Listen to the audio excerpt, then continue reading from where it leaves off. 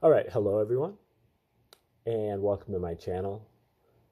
This channel is for educational purposes, and we take a look at great theories of everything, do deep dives into them to help you to figure out how to use these in your lives for paradigm shifting, awakening to 5D consciousness, formation of a holistic worldview, or your quest for mental, spiritual, physical health.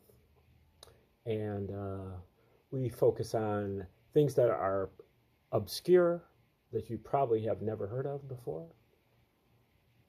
Today is our 70th video that we've done on the book called Mastering the Core Teachings of the Buddha by Daniel Ingram.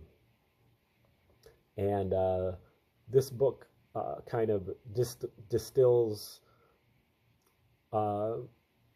everything that he thinks that you need to know about Buddhism and puts it into one book in English on a silver platter for you. Most of you know something about Buddhism, but probably not the finer points. And Dr. Ingram has gone down many blind alleys and dead ends and learned a lot of the stuff the hard way. And so he's writing this so that you don't have to learn it the hard way. And he focuses on the two types of meditation in Buddhism. This is not any type of promotion of Buddhism whatsoever. I personally don't even think the Buddha even existed. My focus here is to shed light on, in particular, his two exposés about the two forms of meditation in Buddhism, also the role of morality in Buddhism, and then the maps that he has about the various stages of consciousness and models of awakening. And so the two kinds of meditation are concentration meditation, focusing on an object, and insight meditation, which is opening to your 6 sense doors, your 5 senses, and your mental sensations, and then to investigate those sensations for the 3 characteristics of impermanence, dissatisfactoriness, and no self. Or these sensations are not you, they are not satisfactory, and they are not permanent. They are arising and passing away all the time. And we are in a pretty long chapter called chapter 38, which is looking at all these different enlightenment models. And he just started a section on the no thought models. So this is just, you know, a strain of thinking by one of the Buddhist sects that is basically saying that, you know, a sign that you are enlightened, or maybe even the sign that you are enlightened, is that you stop having thoughts, or maybe that you have fewer thoughts, or maybe it's that you only have, you don't have thoughts about I or I am, or some such thing like that. Okay, so we're going to start up in the second paragraph of this section. Do the minds of progressively awakened people generally get quieter? Yes. May they experience greater periods of time when inner talk seems to be doing very little? Yes. May they come to a completely different perceptual relationship to thoughts in general? Yes. Does anyone who is still alive eliminate all categories of experience that are mental and might be classified as thoughts? No. I got an email a while ago from a nice engineer who said basically, I did some Taoist practices, got enlightened, and now am incapable of thinking any thoughts or visualizing. Yet I seem to function normally. What do you think of this? I put a lot of thought into my response, and so am including it here in slightly edited and revised form. So this is his letter, or a revision of his letter. One of my teachers, the late Bill Hamilton, used to talk about how people's conception of what was supposed to happen would have some influence on subsequent events, but with some question remaining over what that influence might be. We used to discuss this often, with possibilities including 1. People with different models of awakening might achieve different results. The more I practice and get to know people's practices well, the more I realize there are some real individual variations on some of the general themes.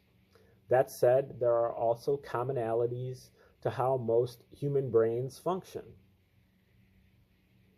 2.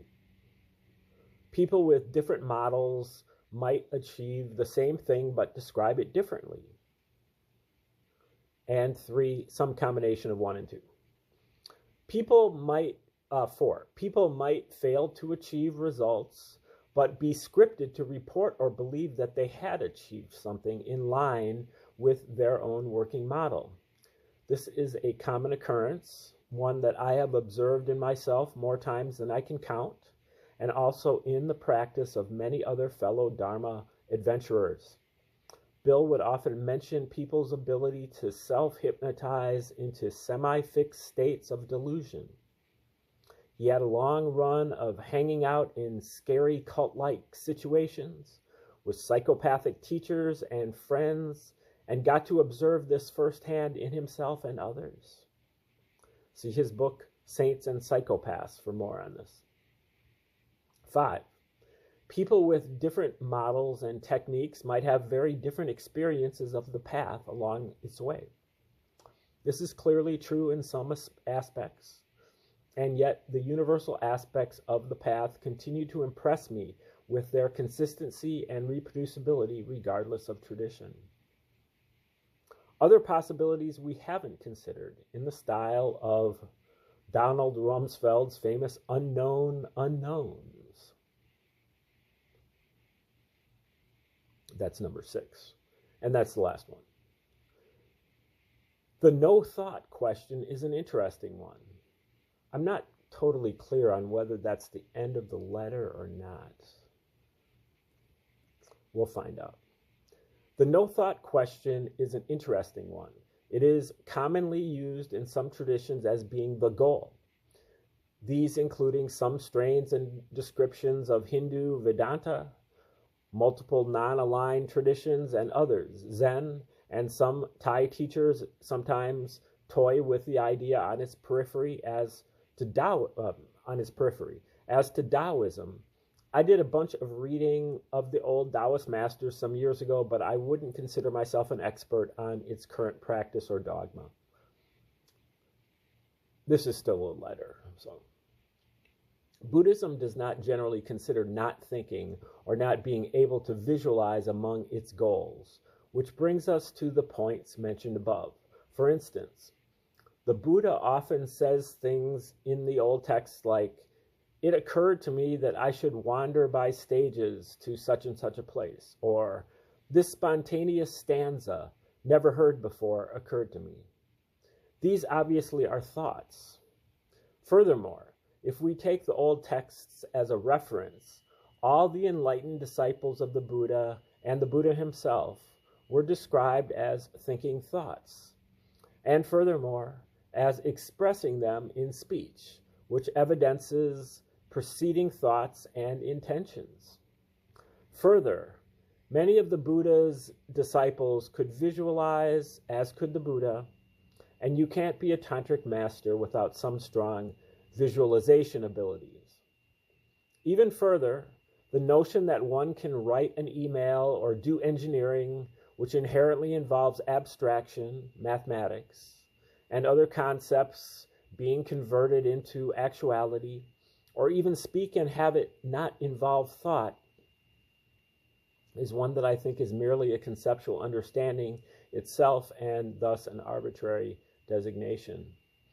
As intentions fall into the realm of thought, and all physical actions are preceded by intentions by the fixed mechanics of the system, the notion that action can occur without thought falls into the same camp.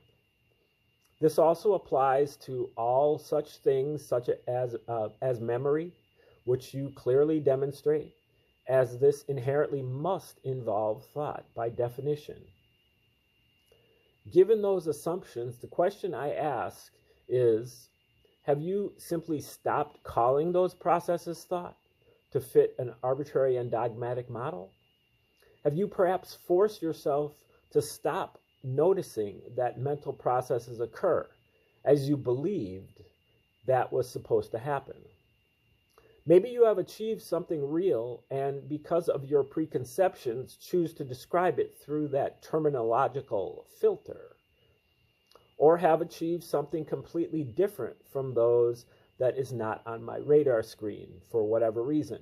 Possibilities including my own delusion or lack of experience, as self-doubt and reasonable skepticism clearly have a place in all such discussions.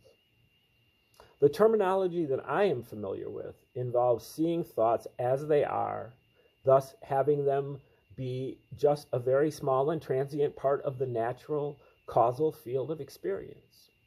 However, please realize that since thoughts can only be experienced as aspects of the other five sense doors, then labeling thought as thought is also just an abstraction, and just as arbitrary as is labeling the other five sense doors as such. These are simply convenient designations for the sake of discussion. Thoughts. When one notices that all things that simply arise causally, including those sensations that may or may not be designated as thoughts, are empty of a self, as they are and always have been, with no separate or independent observer or controller or doer that is not just a part of the field of experience or manifestation, then one has understood at some level what the Buddha advocated and people understand. What the Buddha advocated that people understand. Remember, when training in morality, assume you have agency and control and take responsibility for your actions. Okay, so there's three trainings: training in morality, training in concentration, and training in insight. And when you are training in morality, assume you have that agency and control. But in meditation, in insight or concentration, you can see that you don't have agency and control. That these thoughts and the other sensations are just arising and passing away independent of you. Thus, the model that I prefer, as it is practical, non-esoteric, and direct, is that 1. Sensations that can be labeled as thoughts occur. 2. Thoughts are natural, causal, and essential to nearly every function we perform. 3. Thoughts are not self, not other, are part of life, and devoid of absolute or intrinsic identity. 4. Thoughts always have been this way, before and after any spiritual achievement, and when their true nature is seen, they are still as they were. He goes on. An essential question regarding enlightenment is, does it make things different from how they were? Or does it merely reveal a true and accurate perception or perspective on how everything always was? I advocate a moderated version of the latter view, as I believe it is more helpful to our practice and is more accurate.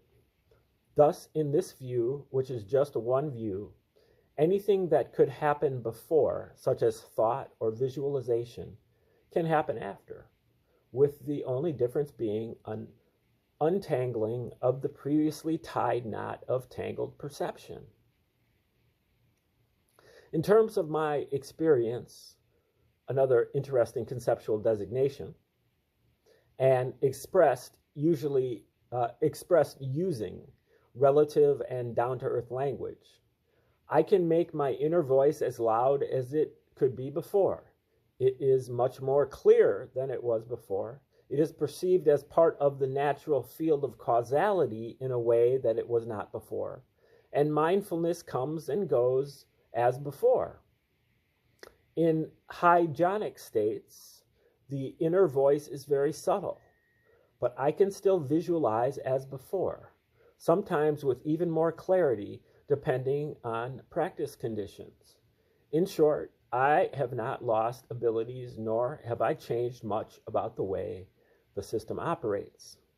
That said, something is clear that was not clear before, and the sense of a special center point seems seen through, though the sensate patterns that made it up generally seem to occur as before, and it is only the perception of them that is different. Okay, I believe that's the end of the letter. I have met a few people since then who also claim to have a marked reduction in thinking, and some claim to have eliminated thought entirely. The poor, deluded fools. However, those who I have had a chance to talk with further admit that they are really talking about certain categories of thought they consider negative, based on the models they adopted and have worked hard to reduce and tried to eliminate them. So it is no wonder that they have modified their brains in some way to have fewer thoughts or ignore thoughts, as our brains are modifiable.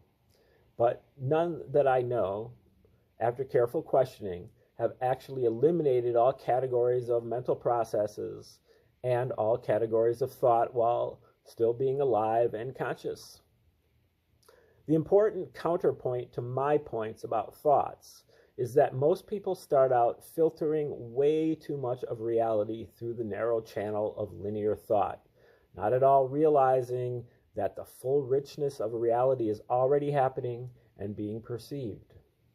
For instance, when basically everyone starts meditating, they only count as clearly perceived those things which they made a conscious and deliberate mental intention to perceive clearly, as they associate perception with afterimage, the mental impression, and memories. Basically, they are mistaking the mental impression that follows the perception of the raw data, sight, sound, smell, taste, touch, of each phenomenon to be the recognition of that phenomenon, not realizing that the phenomenon that the mental impression was made from already illuminated itself just fine where and as it occurred. Further, the mental impressions themselves are just part of this same direct richness. When the full, rich, direct field of sensate reality begins to stand on its own, without this strange need to create some afterimage before we are satisfied that we perceived something. This is the development of profound awakened wisdom, and is part of the hints of truth found in the thought models. Okay, that's the end of that section. This next section is called the God models. On a very different tangent, we have the God models. While Buddhism pretends to be an exception to the theological traditions, many Buddhists across the globe essentially worship the Buddha as God, just as Christians worship Jesus as God. Further, the majority of the meditative and mystical traditions that promote awakening involve some sort of theological background or underpinning, including Hindu Vedanta's focus on the divine nature of things, Sufism's focusing on the friend or dissolving in Allah, and Christianity's various dissolution in God metaphors, such as the divine marriage and no will but thine. Buddhism has the same idea at times with the phrase Buddha nature. The Tantric Buddhists visualize deities all the time and equate them with various aspects of ultimate reality as skillful means. But this often degenerates into ritual worship and granting ultimate status to these deities. These are interesting models to talk about, and basically the question comes down to the distance between God or gods or whatever and our life. Those who believe in a God that is a separate entity are already in trouble. Those who believe this entity is far off in heaven or largely unavailable are really in trouble. However, those who believe in a God that is right here, right now, and present in all things, including themselves, have a fighting chance.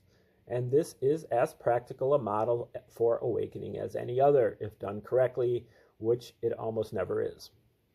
I generally have a pretty good time talking with the awakened Christian mystics I know, and as long as I am willing to use God language, which I am, we typically have a great time sharing the interesting aspects of the path.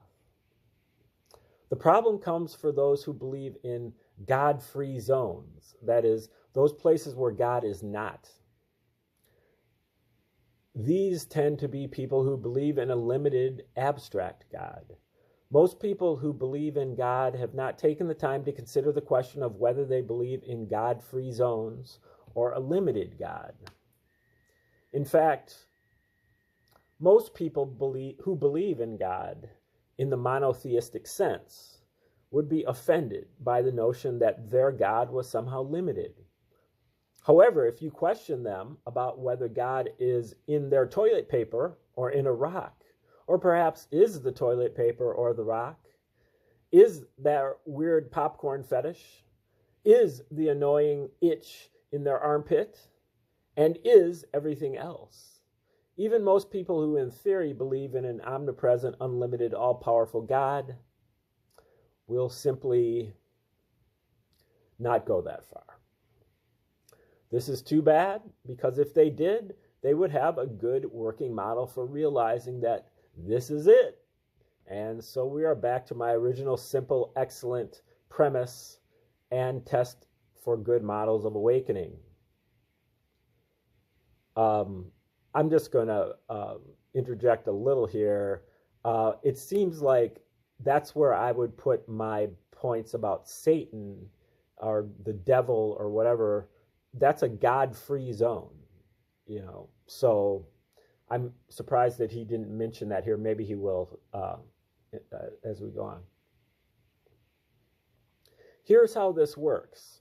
If you believe that you are trying to see God, and you believe that all creation is a manifestation not just created by God, but in fact is God, then you are back to basic insight practices, seeing the sensate world exactly as it is, because there you will find ultimate reality or God, if you want to call it that.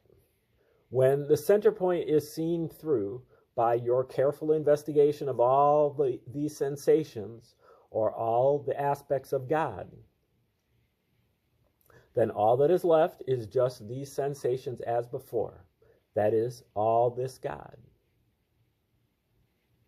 Thus, if we are willing to believe in an omnipresent God, then by truly, deeply, directly perceiving all sensations to be just part of the causal, natural unfolding of what they label God, all the boundaries between self and other can be seen through, and the phenomenal world is left doing its divine thing.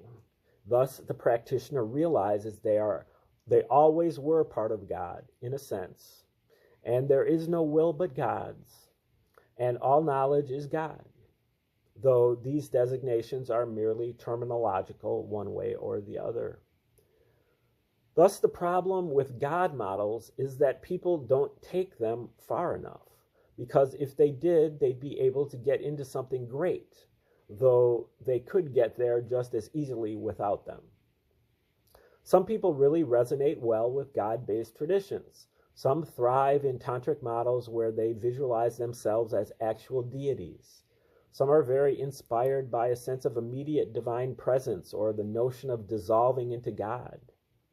Both motivations and modes of practice and conception of practice can yield great results in some meditators. I myself attained stream entry in a vision that involved God and a gerbil while doing Buddhist practices, as I will describe later. However, all the other ideals that are involved in becoming God or seeing God are just more odd dreams and possible side effects of spiritual practice. I have a few friends who saw visions while on LSD, in which God told them useful stuff, and this is fine. A few friends have gotten some great mileage and powerful positive inspiration out of other spiritual experiences that had some specific divinity in them. But this is back in the realm of the powers and has nothing to do with awakening and only a very limited amount to do with God in the ultimate sense. Okay, then this is called the unity models. Directly related to the God models are the unity models, those that promise a palpable sense of your connection to everything. This is another one of those models that contains some strange grains of truth, but can easily get idealized in all sorts of problematic ways. What we generally imagine is that we will stay an agent, a separate, conscious, in control being, and simultaneously be part of everything in some mysterious way,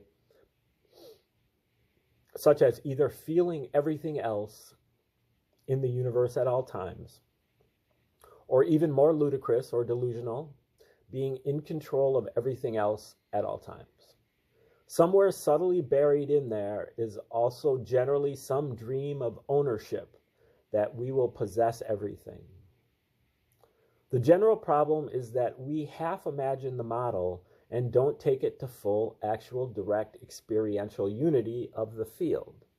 A field that is transient, just happening on its own, and not artificially divided into self and other, but just fluxing textures, qualities, and aspects all the way through. Unity tends to imply numerous problematic ideals, such as stability, as in some stable, solid connection between a stable I and a stable everything else. It also tends to imply a duality, paradoxically, in that we imagine that we will be here as this defined and fixed entity that is experiencing unity. Experiences that people describe as unitive are relatively common in certain stages, most commonly the arising and passing away, stage 4, and equanimity, stage 11, as well as in the 4th, 5th, and 6th jhanas, though they can occur at other stages also. So if you have some transient experience of those, consider the context and its other aspects and see if it fits with one of those. Even mind and body, stage 1, when it hits hard enough, can feel extremely unitive in some wondrous way, though this is not nearly as common as when in the arising and passing and equanimity. Each of these is a partial unity, a taste of something unitive, and it can be profound and point out hints of something more that is possible. We can describe high levels of realization as having a unitive aspect, in that mental and physical processes are just part of the fluxing field of experience in an integrated way, just aspects of some space that itself is fluid and transient.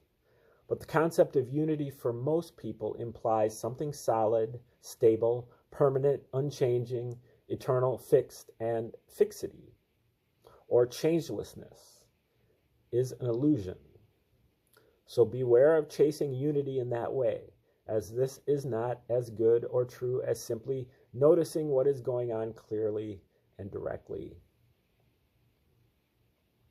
Okay, now this is called the true self models. Closely related to the unity models are the true self models. As we start out with a strong notion that there is some self, some true, abiding, permanent, separate I, it is only natural that various models will then take that view and augment, modify, or work with it in to some degree to try to explain what happens when the sense field wakes up to its essential characteristics. The great no self versus true self debate tends to arise when Hinduism or Christianity encounter Buddhism. However, Perhaps it should arise more when Buddhists are thinking about Buddhism. While I have been talking about how Buddhism proposes the fact of no self, various generally newer strains of Buddhism also contain a surprisingly large number of true self teachings, though if you told most Buddhists this, they would sneer and maybe scold you. Many of these teachings have their origins in Hindu Vedanta, Hindu Tantra, and the long and complex history of how the Dharma spread to Tibet, China, and beyond. Much of the watered-down or misinterpreted talk of Buddha nature and the distorted understanding of the Bodhisattva vow, etc., are true self-teachings.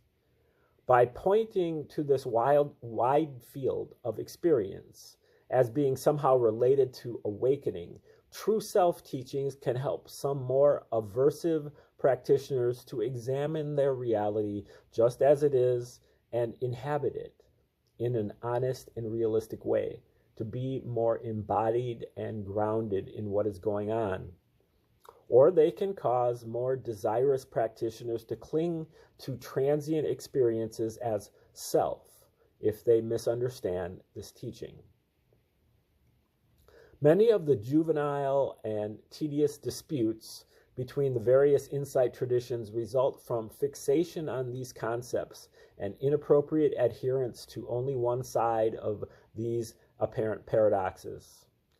Not surprisingly, these disputes between insight traditions generally arise from those with little or no insight. One clear mark of the development of true insight is that these paradoxes lose their power to confuse and obscure. They become tools for balanced inquiry and instruction. Beautiful poetry, they become intimations of the heart, of the spiritual life, and of our own direct and non-conceptual experience of it, and ways to redirect those who wander either too far to one side or the other on the spiritual path. When experience is simply the experience, that is profoundly straightforward and much less odd than the various confused and confusing interpretations of no self and true self would seem to indicate. Okay, we're going to stop right there and continue on with this true self model when we return tomorrow. So thanks for tuning in today.